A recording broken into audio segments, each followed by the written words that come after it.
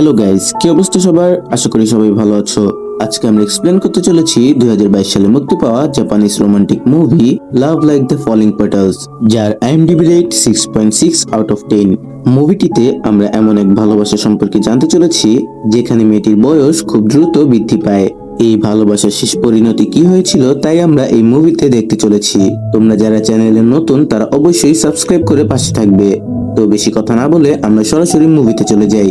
Movie শুরুতে আমরা হারুতো নামে একটি ছেলেকে দেখতে পাই, যে কিনা একটি সেলুনে চুল কাটাতে এসেছিল আর তার চুল কেটে দিচ্ছিল মিসাকি নামে একটি মেয়ে। আসলে হারুতো সবসময় মিসাকির কাছে চুল কাটায় কারণ সে মিসাকিকে পছন্দ করত, তবে সে তার মনের কথা কোনোভাবেই মিসাকিকে বলতে পারছিল না।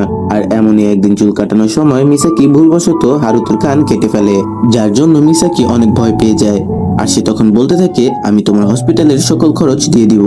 তবে হারুতো তখন বলে, তোমাকে এটা নিয়ে চিন্তা করতে হবে না, তবে এর পরিবর্তে আমরা দুজন একসাথে চেরি ফুল দেখতে যাব। এটি শুনে মিসাকি তো পুরোপুরি অবাক হয়ে যায়, তবে সে তারপরেও রাজি হয়ে যায়। তখন আমরা জানতে পারি হারুতো মিসাকিকে বলেছিল সে একজন ফটোগ্রাফার, তবে এমনটা কিছুই নয়। সে একটি স্টুডিওতে হেল্পার হিসেবে কাজ করত, তবে সেই কাজগুলো তার কাছে অনেক কঠিন মনে হতো, যার জন্য সে সেই চাকরিটি ছেড়ে পার্ট টাইম জব করা শুরু করে। এরপর সিন কাট হলে আমরা দেখতে পাই তারা দুজন আসলেই চেরি ফুল দেখতে আসে। আর তখন হারুতো মিসাকিকে জিজ্ঞেস করে, তুমি কিভাবে চুল কাটানোর প্রফেশনে আসলে? তখন মিসাকি বলে, ছোটবেলায় আমার চুল কোঁকড়ানো ছিল, তবে সেই চুলগুলো আমার একদমই পছন্দ ছিল না। একদিন আমার ভাইয়ের গার্লফ্রেন্ড, যার নাম হচ্ছে আয়ানো, সে আমাকে একটি সেলুনে নিয়ে যায় আর তারা আমার চুলগুলো একদম সিল্কি করে তোলে, আর যার জন্য আমার সেটি খুব ভালো লাগে। এরপর থেকে আমি সেলুনে চাকরি করার সিদ্ধান্ত নিই। আর হারুতো তখন তার নিজের সম্পর্কে সবকিছু সত্যি বলে দেয়। সে তখন বলে সে কোনো ফটোগ্রাফার নয়, সে একটি স্টুডিওতে হেল্পার হিসেবে জব করত, তবে সে কিছুদিন পূর্বে সেই চাকরিটিও ছেড়ে দিয়েছে। আর এটি শুনে মিসাকি অনেক রাগ করে। সে তখন বলে, ফটোগ্রাফি তোমার স্বপ্ন, আর নিজের স্বপ্ন এইভাবে শেষ করে দেওয়া উচিত নয়। এটি বলে মিসাকি সেখান থেকে চলে যেতে নেয়। আর তখন হারুতো পিছন থেকে চিৎকার করে বলতে থাকে, আমি পুরোপুরি পাল্টে যাব, আমি আবারও ফটোগ্রাফি চালু করব, তুমি যেমন চাও আমি তেমনটাই হয়ে যাব। মানে হারুতো এখানে ইনডাইরেক্টলি মিসাকিকে প্রপোজ করলো। আর এভাবেই অনেকগুলো দিন কেটে যায়। তারপর একদিন মিসাকি যখন কাজ করছিল তখন হারুতো তাকে কল করে আর তখন তাকে জানায় সে আবার স্টুডিওতে জয়েন করেছে। সে আজ স্টুডিও থেকে প্রথমবার বেতন পেয়েছে, যার জন্য সে মিসাকিকে একটি ট্রিট দিতে চায়।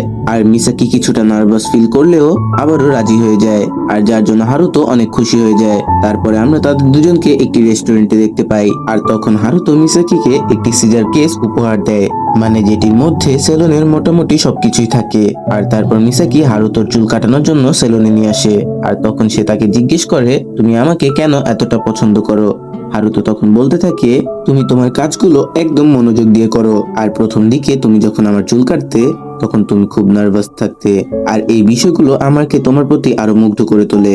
তবে তুমি যেমনই হও না কেন আমি তোমাকে ভালোবাসি, আর সারা জীবন আমি তোমাকে ভালোবেসে যাব। হারুতোর মুখ থেকে এমন কথা শুনে মিসাকি পুরোপুরি নার্ভাস হয়ে যায়। সে তখন বুঝতে পারে না সে কিরকম অ্যান্সার দিবে। আর তারপরে মিসাকি যখন চলে যাওয়ার জন্য ট্রেনে ওঠে তখন শেষমেশ সে হারুতোকে বলেই দেয় সেও হারুতোকে পছন্দ করে। আর তারপর থেকে তারা দুজন ডেট করা শুরু করে। আর এরই মধ্যে একদিন মিসাকি অসুস্থ হয়ে পড়ে, আর যার জন্য হারুতো মিসাকিকে দেখতে তার বাসায় চলে আসে। আর তখন মিসাকির ভাইয়ের সাথে হারুতোর দেখা হয়, তবে মিসাকির ভাই হারুতোকে একদমই পছন্দ করে না, যার জন্য সে হারুতোকে রুমের বাইরে থেকেই কথা বলতে বলে। তবে হারুতো যখন মিসাকির সাথে কথা বলতে যায় তখন মিসাকি মুখের মধ্যে একটি মাস্ক পরা ছিল, যার জন্য হারুতো ভাবে মিসাকি হয়তোবা কোনো ছোঁয়াচে রোগে আক্রান্ত হয়েছে।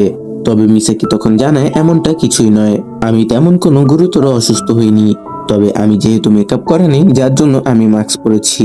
হারুতো তখন বলে, তুমি যেমনই হও আমি তোমাকে ভালোবাসি। আর তখন হারুতো নিজেই মিসাকির মাস্ক খুলে দেয়, তবে মেকআপ ছাড়াও মিসাকিকে অনেক ভালো লাগছিল।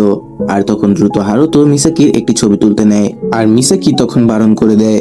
সে তখন বলে, অসুস্থতার কারণে আমাকে সুন্দর দেখাচ্ছে না, আমি অন্য কোনো দিন তোমার সাথে ছবি তুলবো। আর তখন তারা একে অপরের প্রতি খুব আকর্ষণ ফিল করে। তারা যখন খুব কাছাকাছি হয়ে যাচ্ছিল তখনই মিসাকির ভাই সেখানে চলে আসে আর হারুতোকে ধরে বাসার বাইরে পাঠিয়ে দেয়। হারুতো তখন বাসার বাইরে থেকে মিসাকিকে কল করে আর বলে তারা একসাথে আতশবাজি উৎসব দেখতে যাবে। আর মিসাকিও তখন রাজি হয়ে যায়। তবে রাতের বেলা মিসাকি আরো বেশি অসুস্থ হয়ে পড়ে। যার জন্য তার ভাই তাকে দ্রুত হসপিটালে নিয়ে যায়। আর ডাক্তার তখন জানায় মিসাকি খুব ভয়াবহ একটি রোগে আক্রান্ত হয়েছে, যেটির কোনো চিকিৎসা নেই। তবে এই বিষয়ে সে আরো রিপোর্টের পরে জানাবে। আর তারপর আমরা দেখি মিসাকি এবং হারুতো আতশবাজি অনুষ্ঠানে চলে আসে। আর রাতের বেলা হারুতো একটি জায়গায় বসে মিসাকিকে বলে, আমাদের দেখা হয়েছে শুধুমাত্র 3 মাস, তবে এরই মধ্যে আমি তোমাকে প্রচন্ড ভালোবাসি। আমি তোমাকে হারাতে চাই না, সবসময় তোমাকে আমার পাশে রাখতে চাই। আর এইগুলো শুনে মিসাকি ইমোশনাল হয়ে যায় আর সেখানে কান্না করতে থাকে। আর তারপর আমরা মিসাকিকে হসপিটালে দেখতে পাই।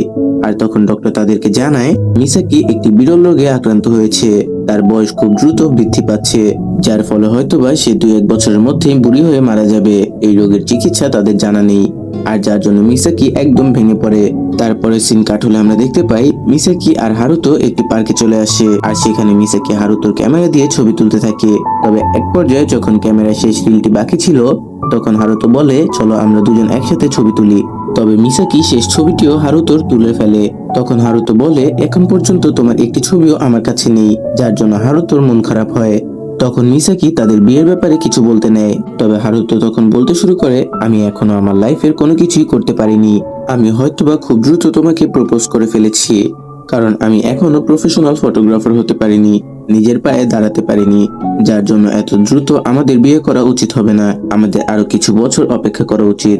তবে এই কথা শুনে মিসাকির অনেক মন খারাপ হয়, কারণ তার কাছে তো অনেক বেশি সময় নেই। তবে তখন মিসাকি বলে, আজ রাত সে হারুতোর সাথে থাকতে চায়। তবে হারুতো বলে, তোমার ভাই জানতে পারলে আমাকে মেরেই ফেলবে। মিসাকি তখন বলে, আমি কিছুই জানি না। আর সেই রাতটা তারা দুজন একসাথে কাটায়। তবে হঠাৎ মাঝরাতে মিসাকি উঠে সেখান থেকে চলে যায়। হারুতো তখন এইসবের কিছুই বুঝতে পারে না।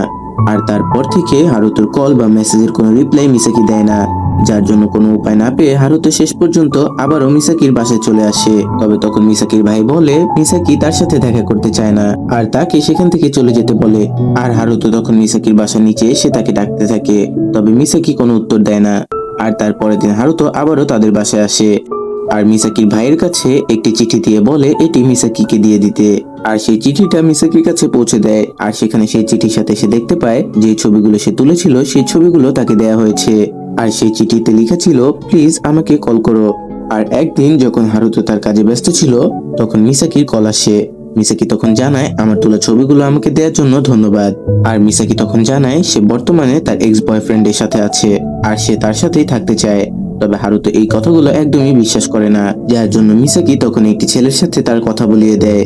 যার জন্য হারুতো বলে সে মিসাকির সাথে দেখা করতে চায়। তবে মিসাকি বারণ করে দেয়, কারণ সে বলে আমার বয়ফ্রেন্ড এগুলো একদমই পছন্দ করে না।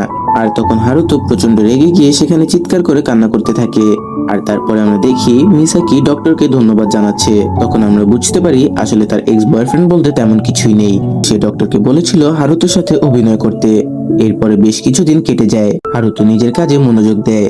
অপরদিকে মিসাকি একজন বুড়িতে পরিণত হয়েছে, মানে তার বয়স যেহেতু খুব দ্রুত বৃদ্ধি পাচ্ছে, যার জন্য সে বুড়ি হয়ে গিয়েছে।